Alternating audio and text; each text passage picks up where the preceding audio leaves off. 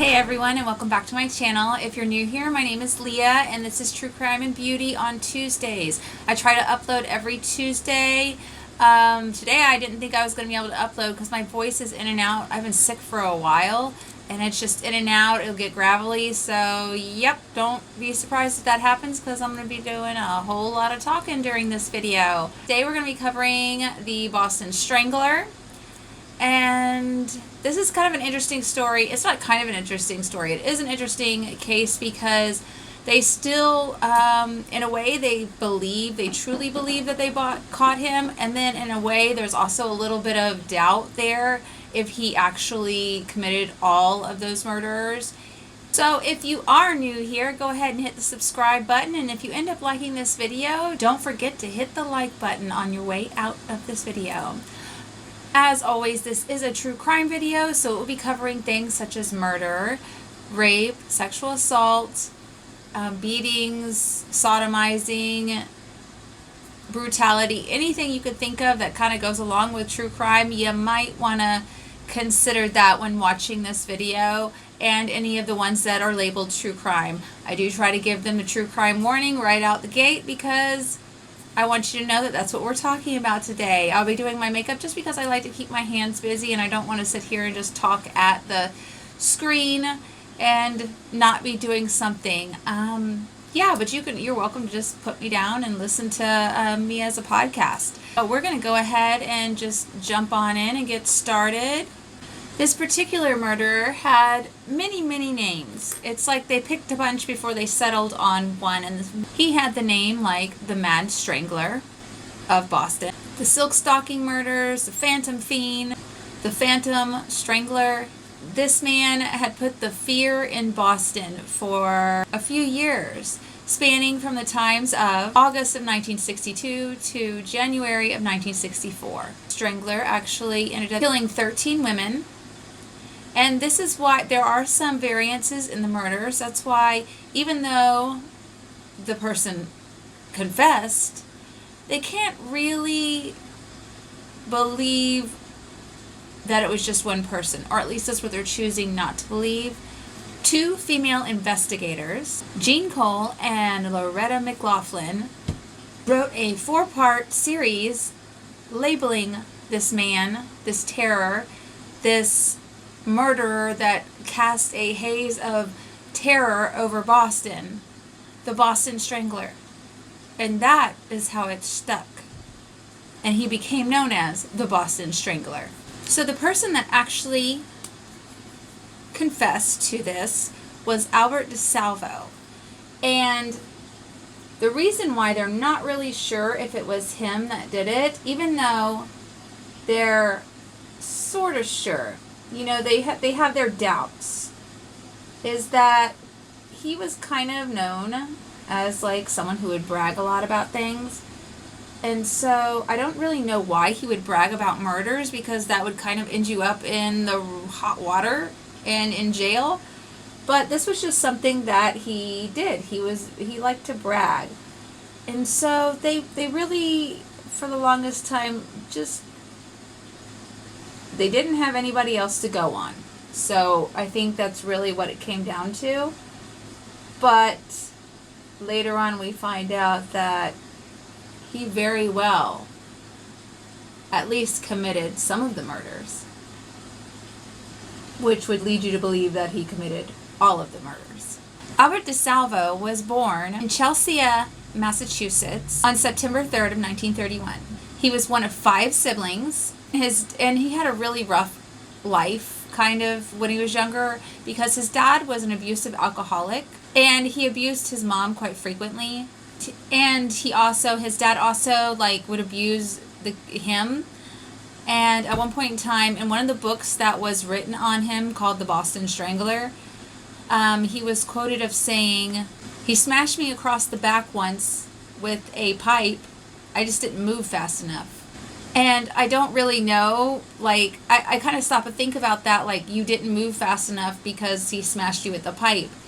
He shouldn't have been trying to smash you with a pipe anyways.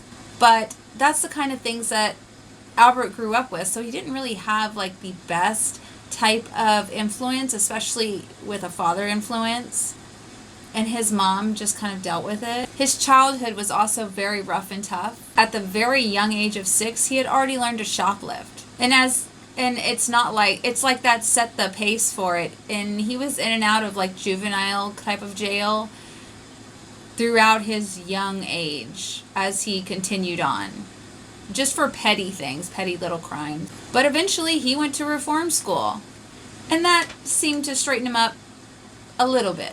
Reform school actually straightened him enough to where he figured that he should go into the Army.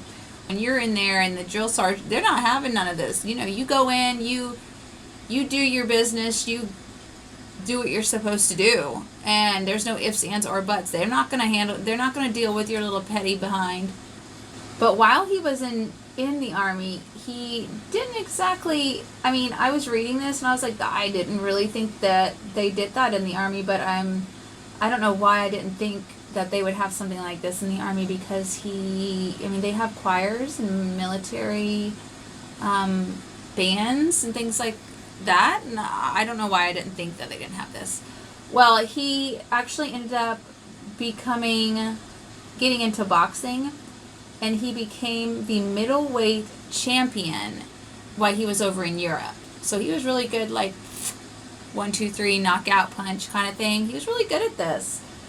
And Albert wasn't like an ugly guy either, so he was probably like a little stud over there doing his thing. And while he was over there, he was they do a tour kind of thing, not like a band tour, but they go over there and they check out things and they look around and they see where more military needs to be and where they can kind of leave the areas. And so that's what he was doing. And while over in Germany, he met this lovely little lady and fell in love. And her name was Irmgard Beck. So Ermi and him, I'm going to have to call it like that because otherwise I'm going to mess up her name constantly. So they fell in love, and she did join him back in the States. And it really seemed like he was settling into married life. Sorry, I have been totally slacking. That was Too Faced on my brows, and also Wet n Wild powder on my brows. I just got right into the story. Forgot that I was going to be naming off what I've been using. I also try to post it on my Instagram as well, so you know. This is the Laura Geller Kajal. It's like long wear eyeliner in dark brown, and I'm going to use it to carve out my crease while we're chatting today. So though they weren't rich, Albert and Ermi were very happy, and they lived a modest life. Even after they ended up having a daughter, and she had some disabilities. And anytime you have a child with disabilities, there can come some complications, and stress, extra stress, because you always want what's best for that child. I know I have a child who is disabled. And it does come with its own stressors. And so Ermi was like, I'm not really ready to have another kid. She was just really concerned that she was going to end up having another disabled child and maybe not be able to take care of the child to the best of her abilities, because she already had the one child that did take up a lot. But so she decided to enlist in her own type of birth control, which was abstinence. Which honestly, if you don't want to get pregnant, that is the best type of birth control. But she really was just like not having it. Even though Albert had a high libido, he was like really into Ermi. He really wanted to get some from her all the time. But she was like trying to, not that she didn't love Albert, she loved Albie, but she was just a little concerned because she really did not want to end up with another disabled child, not be able to tend to them the best she could, because they already had the one disabled child. Well, that didn't last long. She obviously couldn't resist Albie, and they ended up giving birth to a healthy, bouncing baby boy, which that was to Irma's relief, and Albie was just happy to have more children. He was a really good, like, dad and family man. He just really, this was like something that was part of him. Everybody seemed to like him. His boss liked him. You know, the neighbors liked him. Everybody liked him. He was just a really charming, likable guy. He also had like this habit of kind of being boastful. He'd overly brag. That's what boastful is. Like, he used to brag a lot. He just bragged a lot. And he just really, I think he just really wanted to be more than what he was, instead of just accepting what he was, which was a beautiful family man, beautiful father, husband. You know, people liked him. His boss liked him.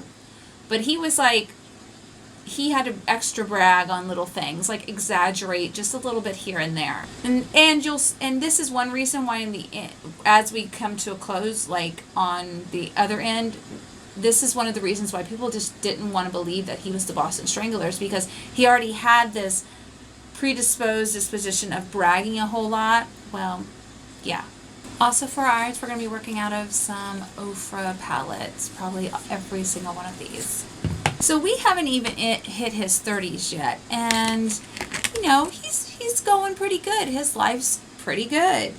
He has everything going for him. His wife, you know, his children, everything, boss, friends, everything seemed to be going really well with Albie. Well, he just couldn't keep it together, could he? He started having issues, like peeping Tom issues. Yeah, I don't really get that, but he's got some peeping Tom issues. He also liked to break and enter. And yeah, he was still married. Wife was lovely, and she really just didn't believe that good old Albie could do any of this stuff. But it's like he had two sides of him. Family man, the loving, caring father, and then he had the other side. One book described him as Dr. Jekyl and Mr. Hyde, and I think that sums him up pretty well. It's like he wanted to be this good guy, but he also had this darker side to him that was drawn out from time to time. He also pretended to be a model scout. Yeah, he had a lot of creative ideas, and he pretended to be a model scout, and I find this kind of amusing, but he was an attractive fellow, so they probably were very flattered that this guy was like, ooh, you could be a model, and they'd let him in, and then he'd like take their measurements. I call that AKA feeling them up. And it's sad, but she did say, Ermi said that he had a high sexual libido, and in a way I thought she was kind of exaggerating, because, you know, sometimes ladies were like, oh, our husband's got a high sexual libido and all this, you know, he just can't keep his hands off of me. Well, if he's out doing all this other stuff, it wasn't just his libido. He actually had something a little twisted in him, you know? Something wasn't exactly right. All the screws weren't entirely tight, if you get what I'm saying. So, because he was this guy who was pretending to be a model scout, and he'd go in and measure the women, he ended up getting this nickname, the Measuring Man. And I tell you what, this man's had a lot of nicknames in this story, and Measuring Man is probably the nicest one. So these were his issues. Well, these issues landed his tush in the slammer for about 18 months, because he just could not keep himself together. And if I was his wife, I'd be like, where are you going? I mean, I don't know if he told her, like, if he was going on vacation or something for 18 months without her or something, but he was in and out. He was either in and out of the slammer or in the slammer for 18 months total. I mean, I think I'd notice if my husband went to jail. When he wasn't in jail, he actually was like a handyman and a factory worker. So, I mean, a handyman, they can get into people's houses and do things and help people out, hopefully help people out. But that just showed that he had ways of getting into people's houses. If he could have just kept himself together, he probably could have ended up having a lovely life. But no, Albie couldn't keep it together. So now that our crease is all carved out, we're going to use the Stila Glitter and Glow liquid eyeshadow, and this is in Sea Siren. It's like a purpley kind of shifting color a little bit, but really pretty. While he was in and out of jail, some things started happening, okay? Some murders, and these murders started popping up like all over the place, just all over Boston, and this was stressing people out. Because these murders were pretty messed up from what they had been used to. You know, I'm sure they had crime, but this thing was just out of hand. They were not expecting any of this mess to go down. I think I want to add some like purple on top of it to like make it pop.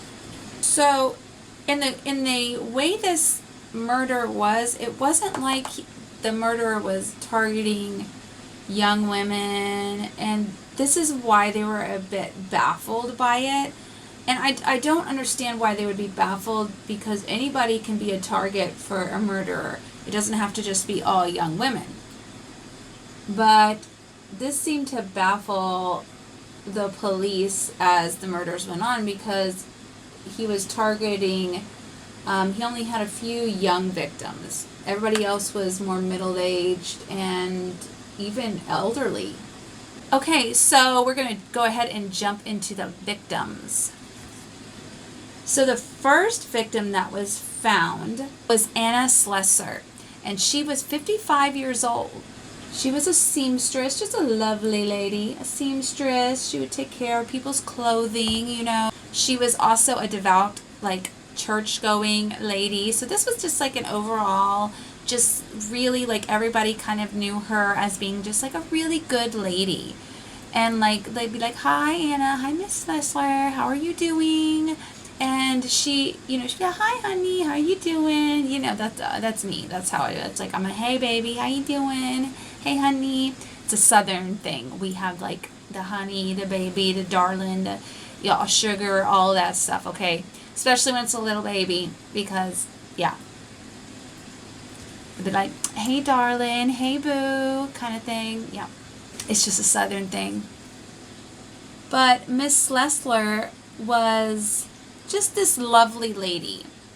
She lived alone in like this cute little brick apartment, and it was on 77 Gainsborough Street in Boston. And sadly, her son is actually the one who found her. But he thought, when he found her, like, that she had committed suicide.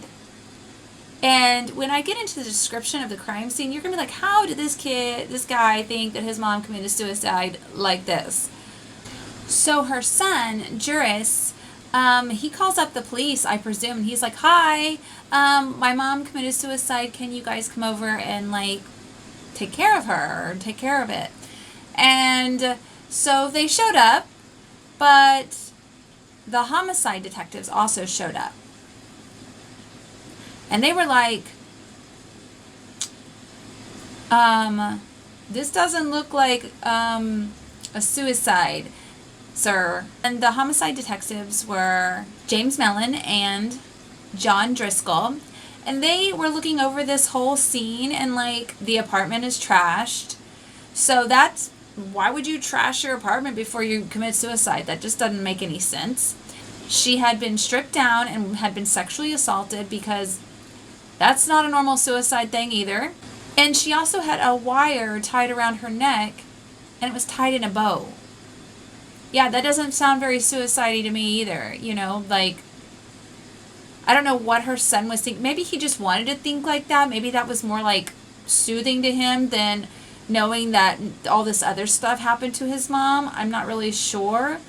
But I definitely wouldn't be coming in and thinking like, hey, yeah, that's a suicide right there. I'd be thinking, whoa, I just walked in to a crime scene.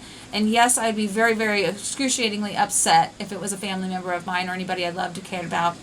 But I'd also be like, oh, I don't need to touch anything. Call the cops, and then step away from the scene. Do your grieving away from it, because you don't want to mess up or taint any of the crime scene, because you want them to catch that sucker, right? That's what I'd be like. I want you to catch who did this to my mom, because if you don't get a hold of them first, and I do, then I'm going to jail, that kind of thing. So I really want the police to get to him first. So it was basically like staged like it was some kind of botched robbery. But there was still like a brand new, like, beautiful gold watch that was sitting out. And if it was a robbery and there's just a watch sitting out, you'd grab the watch, right? And you just, little things like you have to think about this, like botched robbery. Okay, well, maybe he had to go real quick. He heard something spooked him. Well, this turns out to be kind of like his MO. For eyeliner, I have been using the Fenty liner in black. I love it. It goes on really, really easy. Okay, so the investigators were looking around, and they realized that this was it wasn't a suicide. This was a homicide. Get your sides right, okay? And because it was like the first one, they were like, okay, well, what happened? And they were worried, but they wanted to see what was going on, and they weren't like on high alert, right? Little did they know what they were getting themselves into, or what was going to be landing in Boston's lap for the next few years. We're going to go ahead and do a little spritzy poo of my favorite Make It Last Milani setting spray. On June 28th of 1962, there was another body found. This was of Mary Mullen. She was the prime age of 85, and she was found in her home murdered.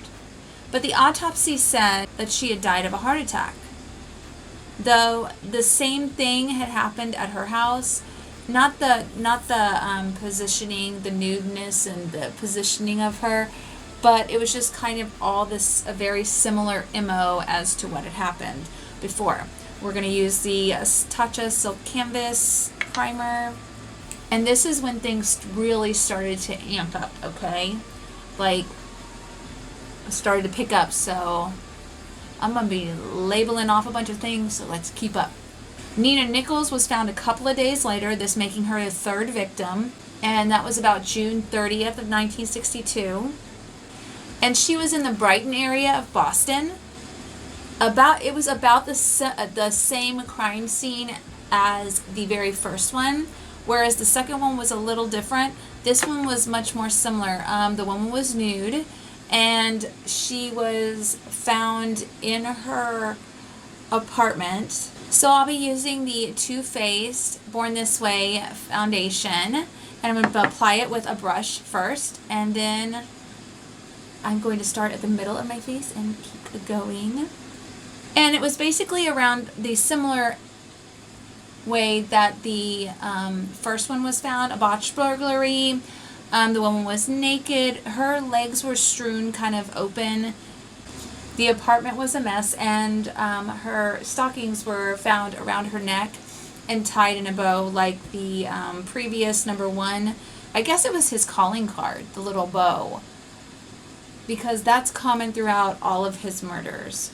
Then his next murder was the same day, and her name was Helen Blake, and she was found in a suburb of Lynn, not far from where Miss Nichols was. She was a 65-year-old divorcee, and this murder, it's like he was stepping it up a notch. He had actually taken her bra and strangled her with her bra, and then, of course, tied it in a bow, made the area look like a botched burglary. But she had suffered lacerations, which are cuts, to her genital areas, and this wasn't said if it was done before or after she died. But it's like he was stepping up his gruesomeness of his murders. I'm not really sure, like, how you want to portray that, but that's, who does that? I don't know. Anyways, so that Helen was his fourth murder. After this murder, the police commissioner, Mr. Edmund McNamara, canceled like all of police leave. Like, nobody's going on vacation. We got to get this mess handled. And he was serious about this. He's like, this is no time to joke around.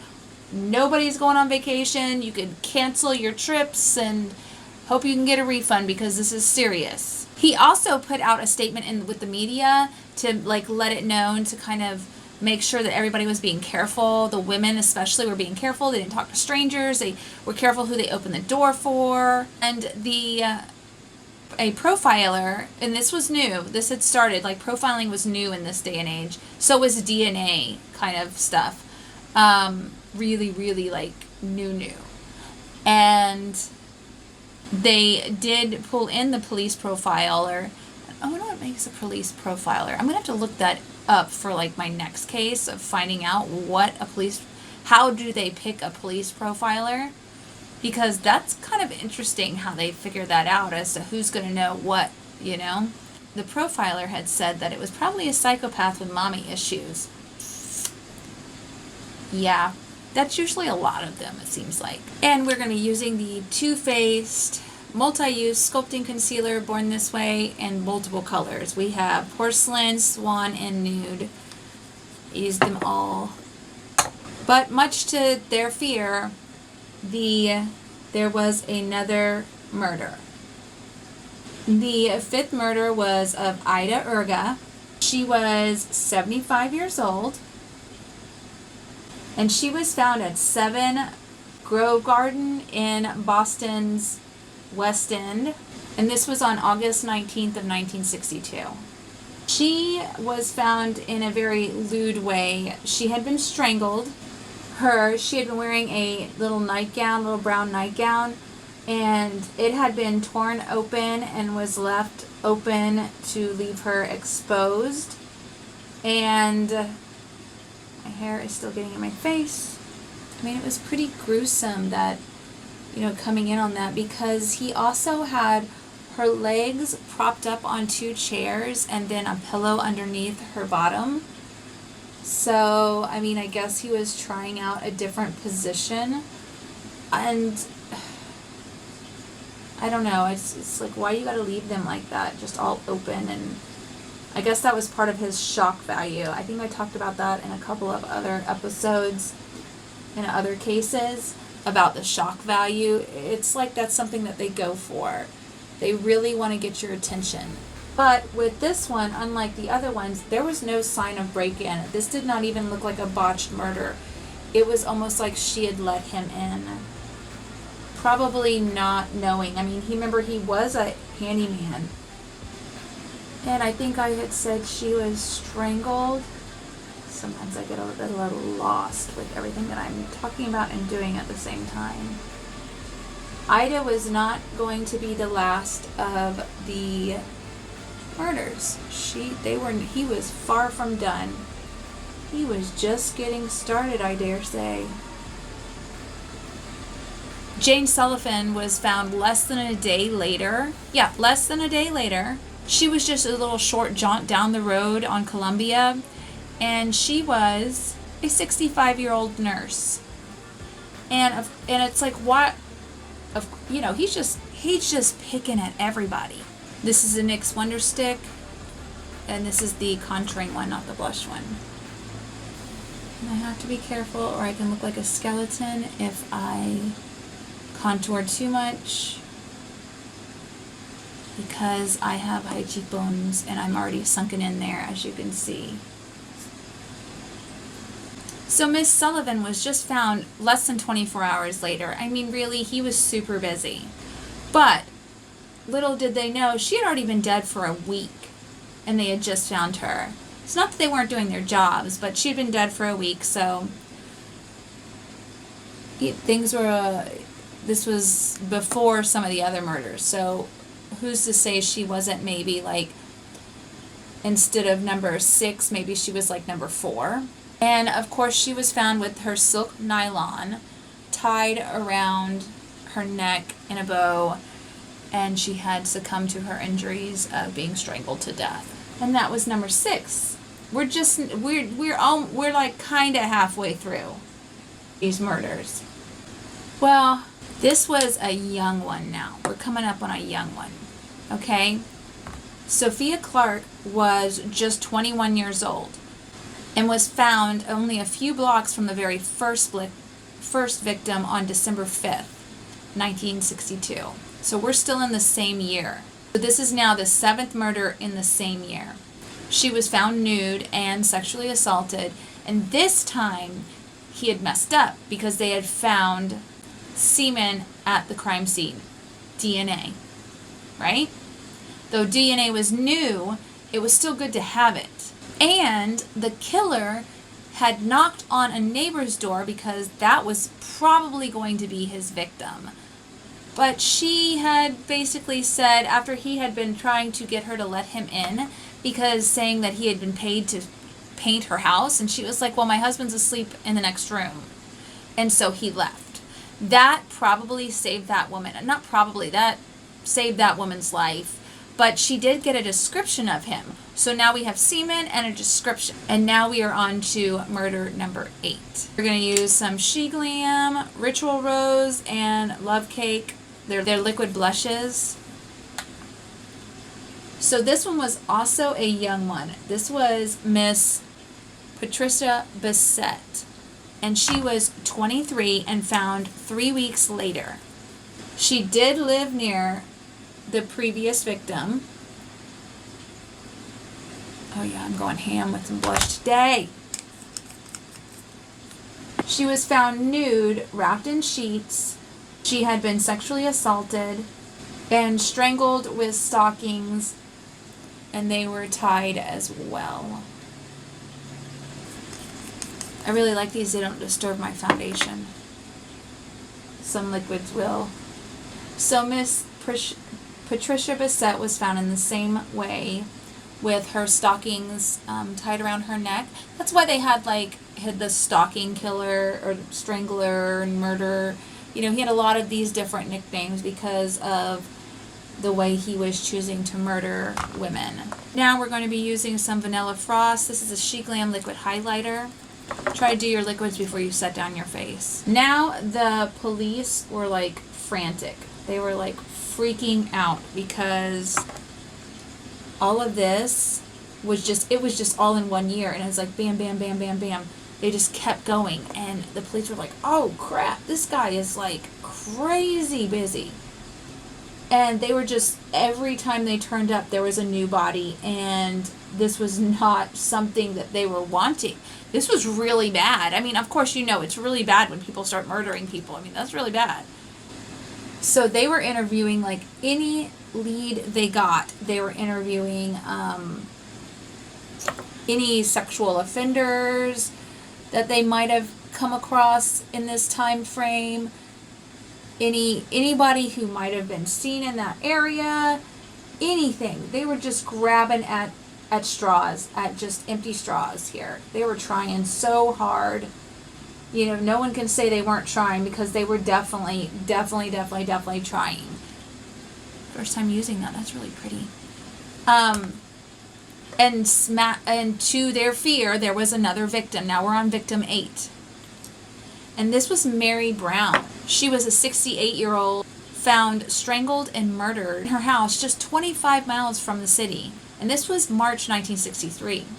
Because they had thought, like, after a couple of times, like, after a couple of months, oh, they might be safe because they hadn't heard him. No, he was just laying low. Thought maybe they were getting too close. And he was like, that's too close for comfort. I need to take a little breaky break, do the family man thing, and then come back and revisit this situation. We're now pushing victim 10. To be setting down my face today, I'm going to be using the Wet n Wild Photo Focus powder. Being that we're now all the way to victim 10, he is just moving right along. He is going so fast through each of his victims. And it's like, oh, look at that. Just set it down so nice. So, number 10 was Beverly Salmons, and she was only 23. So some of these, like, people are like, okay, this is not his MO. But he was just spicing things up a little bit. And again, this was definitely different because it was more hardcore than his previous murders. Her hands were tied around her back with one of her scarves. Her stockings and 2 handkerchiefs were tied around her throat. There was a cloth that had been actually stuffed into her mouth, and then another cloth was over her mouth. Maybe, I don't know. I don't really know why any of this, but I'm just giving you the details. But on top of that, she had 4 stab wounds to her neck, which is probably what killed her, not the actual strangulation.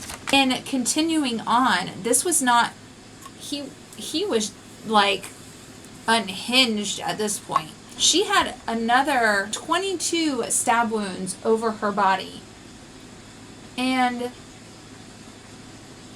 one of them, or not one of them, 18 of them, let me try again. 18 of them were made in a bullseye over her right breast. On top of all of this, she had also been raped, but no semen was found. I mean, he's like taking this stuff to the next level. Like, he really was like, I don't know. He just went from bad to worse. He took a vacation off of doing this and then came back and just with a vengeance, which I guess I'll never understand. Well, this tossed the police into overdrive. They were searching for any areas that they could find any type of resources in this. They even went to a psychic, and the psychic said it was like an escaped convict or escaped mental patient. That's what it was. They thought it was escaped mental patient. But they were quickly proven wrong because September 8th of 1963, another body was found. For powder blush, I'm going to use this She Glam Floral Flush Blush Palette. It's really pretty. Evelyn Corbin was the 11th victim, and she was at the age of 58. And she was found on September 8th of 1963. She was found nude in her bed, facing up. Her underwear was in her mouth. Semen was found on her lipstick smear and also in her mouth. And it was once again found to look like a botched burglary. It's like he kind of went back to his same MO, except next level. He was like amping up all of this. His 12th victim was once again a young lady, and it was Joanne Graff of the age of 23, and she was found November 25th, 1963. She was found raped and murdered in the Lawrence section of apartments of the city, but this time police had gotten several matching descriptions of the assailant or the possible assailant, which also matched the descriptions of the man who attacked Miss Clark, her neighbor. Remember how the guy had come up and tried to attack the neighbor? Well, had said he came to paint the house, but really was probably had some dastardly deeds up his sleeve. And so this description matched him. So they were starting to get some definite evidence against this guy. The 13th murder was of a 19-year-old Mary Sullivan, who was actually found by her roommates on January 4th of 1964. This was probably the most gruesome, or it was pretty gruesome out of all his murders. And this was actually, she was found with herself, like he had positioned her with her body against the headboard, so she was sitting up. Her feet were splayed outwards, and so were her legs. There was multiple accounts of different things being tied around her throat, but the dark stockings were the signature, and they were tied around her throat, and it had been a fake burglary like the other ones. However, this one, she had been not regularly sexually assaulted. And I say regularly because, you know, there's a way that you kind of I'm not saying like you expect someone to be sexually assaulted, but there's usually certain ways that people are sexually assaulted. And this was definitely not something that I was expecting to read as I was reading it. He actually sexually assaulted her with a broom handle. Sorry. I'm sorry for all of this, and I didn't even do it. I had nothing to do with any of it, and I'm still like, ew. So, her friends had found her like that. And she also had a New Year's Eve card, like Happy New Year's Eve or Happy New Year's, on her kind of positioned between her feet, so it'd be sticking up in like a messed up way. Like, I don't know what he was trying to put out there. Just weird and awful. By now, Boston was beyond code red level. They were flipping out. They didn't want any more murders to be happening. I mean, not like anybody really wants any murders to happen, but you get what I'm saying. I mean, this is 13, and it was the worst yet. It's like they just kept getting bad. Worse and worse and worse. And they were, like, freaking out. They had to catch this guy. They had to. There was like, no choice. They had to get this guy. He had to be off the streets. They then had another profiler come out, and they added to the psychopath with mommy issues situation and said that the guy was probably 30-year-old, maybe separated man, definitely worked with his hands because he was, you know, strangling all these women, and he seemed to be good at that. So this profiler, I mean, he was pretty spot on, except he was not separated. No. Yeah, you wonder where Ermi was. No, she was still around. She was still around, still married, had no clue that this was going on. This is another reason why they're kind of like, did he really do it, or is he just saying he did, kind of thing. But you see, he wasn't found by the cops. He was actually just found by chance. And chance is not somebody who's in this story. I'm literally saying just by luck, pretty much. This is the Beauty Creations Dare to Be Bright gel pencil, and this is in the shade Aquamarine. I love this color.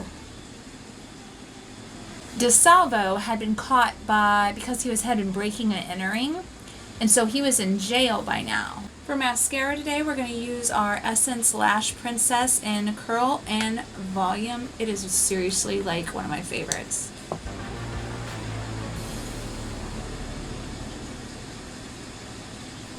Now I was going to put on lashes today, but like I decided not to. I do that a lot. Like I'll think that I'm going to put on lashes and then I decide, nah. To see me with more lashes, like fake lashes, let me know, because I have a ton of them. Okay, so like I said, Ermi's still around. She's like ride or die. She hasn't gone anywhere, even though he has been in and out of jail and prison and for all kinds of different times. For lips today, we're going to use some Kylie. This is the liquid lip in the Velvet, and this is named Kylie. This is her glosses, and this is in the Daddy's Girl. And then we're going to use some Anastasia Beverly Hills Brow Wiz. And this is in the color Ebony.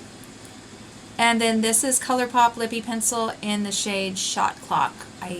Yeah. This is a bit combo that I've been using quite frequently. I know you guys are like, you're putting brow pencil on your lips. Yes, I am. Yes, I am. Just trust it, because my lips have been looking so full and good in those pictures. Like, if you look at my Instagram, they've been looking cute. Just trust me on this. You're going to trust the process. So because DeSalvo was in jail and he actually fit the profile of the guy they were looking for, well, they're like, woohoo, there's a break in the case, right? Well, sorta. He hadn't admitted to the stranglings, but he did admit to breaking into over 100 apartments and, you know, doing a few rapes. Like it wasn't a big deal. But at first, he was like, I did not do all this stuff y'all trying to pin on me. I don't know what flipped the script in his head, but something did. Because before his trial, while he was in custody at Bridgewater State Hospital in 1965, he did confess to being the Boston Strangler. Yeah. Like, totally flipped it, reversed it, was like, hi, yeah, by the way, it's me. I just didn't feel like saying anything at first. And now he's saying something. Okay? I don't understand. But, okay. And, get this. He was assigned an attorney, a defense attorney, and his name was F. Lee Bailey. Ring any bells yet? No? I'll tell you. He ended up to go on to represent O.J. Simpson. I can't make this stuff up. I am serious. I am being honest with you.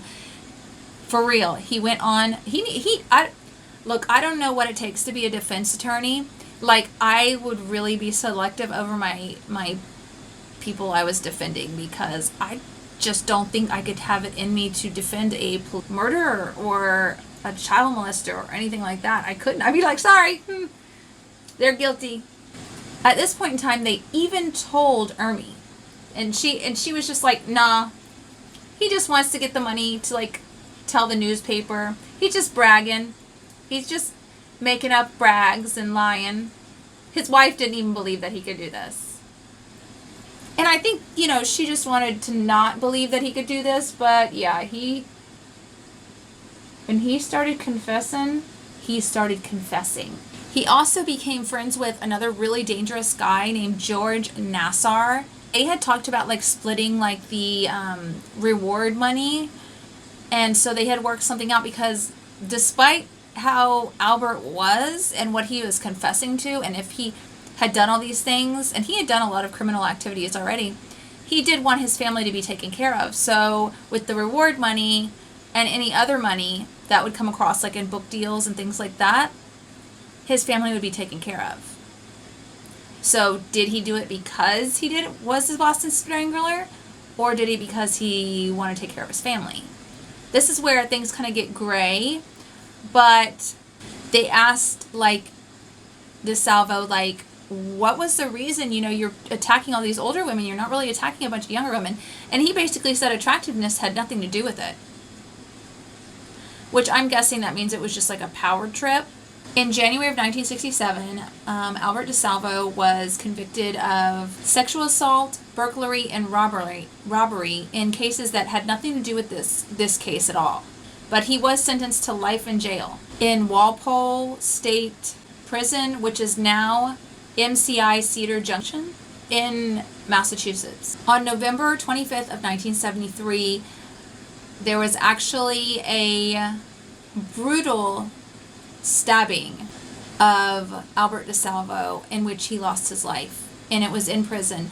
And it is believed that there was coordination between the officers and the inmates, because of the fact that there was such high security, there was really no way for this to happen without the coordination of the two. Decades later, DeSalvo's family and also Mary Sullivan's nephew, who was the last victim, remember? She was the last victim. They pushed to get the case reopened. In 2001, DeSalvo's body was exhumed. DNA was taken, and the DNA that was found on DeSalvo was matched with Sullivan's DNA, or the DNA that was found near Sullivan, but there was no match. July 2013, yeah, we're like now just 10 years ago, okay?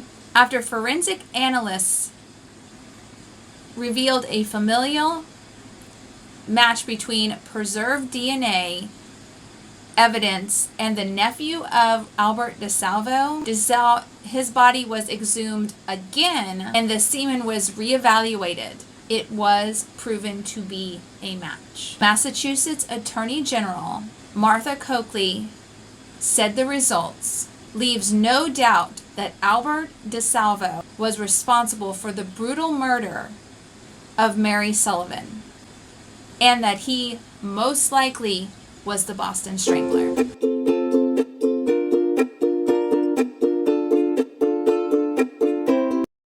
From movies to books, this man has been the subject and inspiration to multiple people who have portrayed this guy. These dastardly deeds that he did, always DDD, still they still haunt the history of Boston.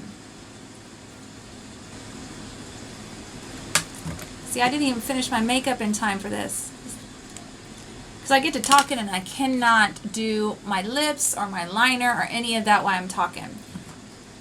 But, so what are you guys thinking about Albert DeSalvo? Do you think that he did all the murders, or do you think he had help? You know, I often wonder, like, do they have help and we just don't always catch all the other ones? You know, probably not. This is the lippy gloss, and you just want to pop this right in the center.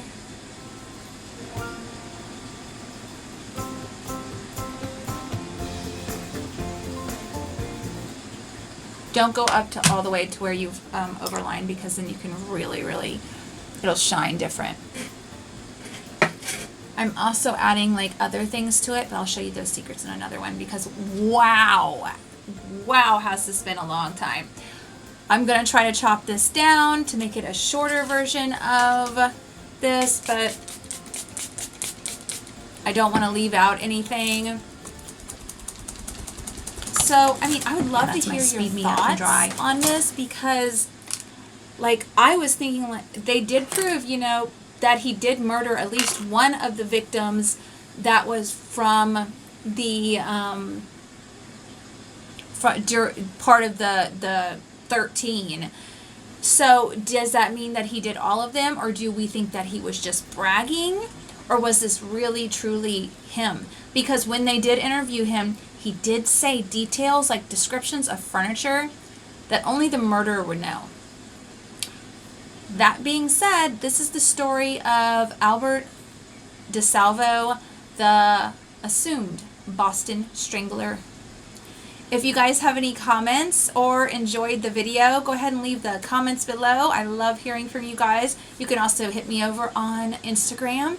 This was a long one, I know. If you like this video, go ahead and hit the thumbs up button, and don't forget to subscribe, because I try to post every Tuesday. One of you guys, as always, thank you guys so much for watching. Every single one of you guys that are showing back up for these videos. I appreciate you guys, and thank you guys. Have an awesome day. Go out, share some kindness. The world needs it. Take care of yourselves. See you next time.